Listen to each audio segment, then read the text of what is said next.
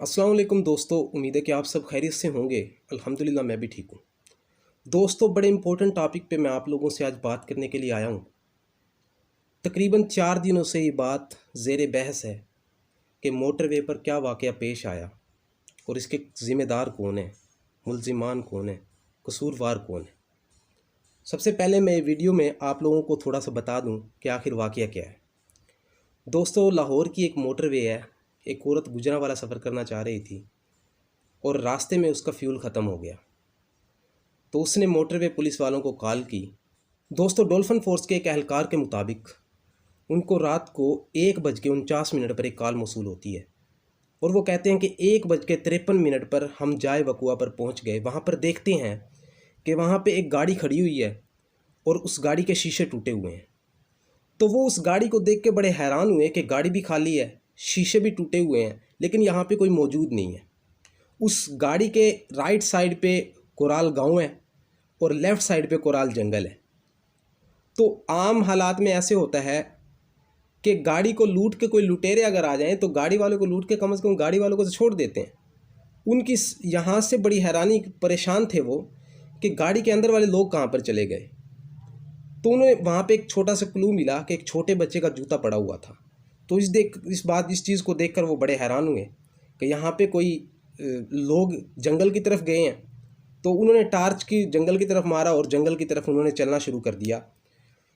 थोड़ा सा आगे देखा, एक बच्चे का और जूता नज़र आया। उनको अंदाज़ा हो गया कि जंगल के अंदर लोग मौजूद हैं इस गाड़ी वाले।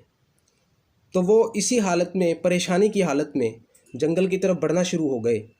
थोड़ी सी दूर जाने के बाद उन्हें बच्चों की और एक औरत की आवाज़ सुनाई दी।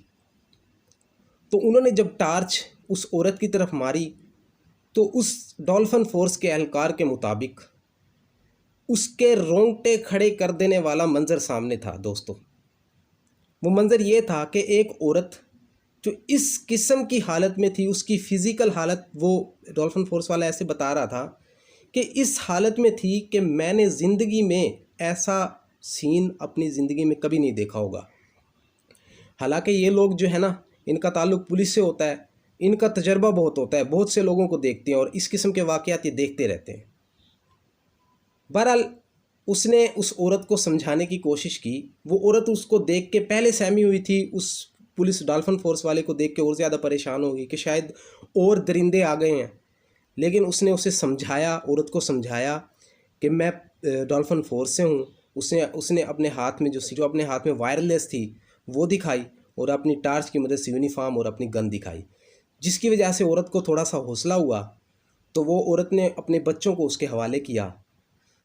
बात तो बहुत लंबी चौड़ी है, मैं थोड़ा सा मुख्तसर कर रहा हूँ।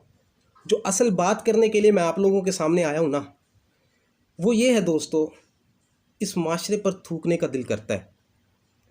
जिस किस्म के वाक़यात आए रोज़ होते हैं ना, यकीन करें पूरी दुनिया में हम जानते नहीं हैं कि पाकिस्तान को हमने किस मकसद के लिए बनाया था। क्या इसी मकसद के लिए हमने पाकिस्तान को बनाया था? इसी किस्म के वाक़यात करने के लिए हमने आज़ादी हासिल की थी कि हम आज़ाद हो जाएंगे, या किसी और मुल्क का जो सख्त कानून है वो हमें अपनी गिरफ्त में जल्दी ले लेगा और ये जो मुल्क है ये आज़ाद है, इसमें गरीब के लिए अलग कानून है, अमीर के लिए अलग कानून है। दरिंदे दनदनाते फिर रहे हैं। हमारे CCPO साहब क्या कहते हैं? वो कहते हैं कि अगर ये महरम के साथ होती ना तो बच जाती। मेरे भाई, 2013 में ये आबिद नामी जो मुल्ज़िम गिरफ़्तार करने जिसको जा रहे हैं, एक मुल्ज़िम गिरफ़्तार हो रहा है आबिद नामी। इस मुल्ज़िम को गिरफ़्तार करने जा रहे हैं ना, 2013 में एक बेटी की इज़्ज़त को ख़राब करके आया था एक बाप और माँ के सामने। तो क्या उस बेटी के साथ उसके महरम मौजूद नहीं थे? चलो, आपको वो वाक़या तो याद होगा जब एक मियाँ अपनी बीवी को शॉपिंग से वापस लेके आ रहा था तो कुछ दरिंदा सिफत लोगों ने उसकी इज़्ज़त लूटी थी। क्या उसके साथ महरम नहीं था? चलो वो नहीं तो एक और वाक़यात, सैकड़ों वाक़यात मेरे पाकिस्तान में हो रहे हैं। एक बाप अपनी बेटियों को शादी से वापस ला रहा था तो वहाँ पे दरिंदा सिफत लोगों ने रास्ते में रोक के उनके साथ ज़्यादती की। क्या उनके साथ महरम मौजूद नहीं थे? अगर महरम की ही बात करते हो तो इनको दफन भी ना किया करो अकेले में, दफन भी इनके साथ एक महरम किया करो ना, क्योंकि यहाँ के दरिंदे तो कब्र से निकाल के भी नोच लेते हैं। ये उस माँ की इज़्ज़त नहीं लूटी, ये हमारे सारे माशरे को तहस नहस किया है, हमारे माशरे की इज़्ज़त लूटी है।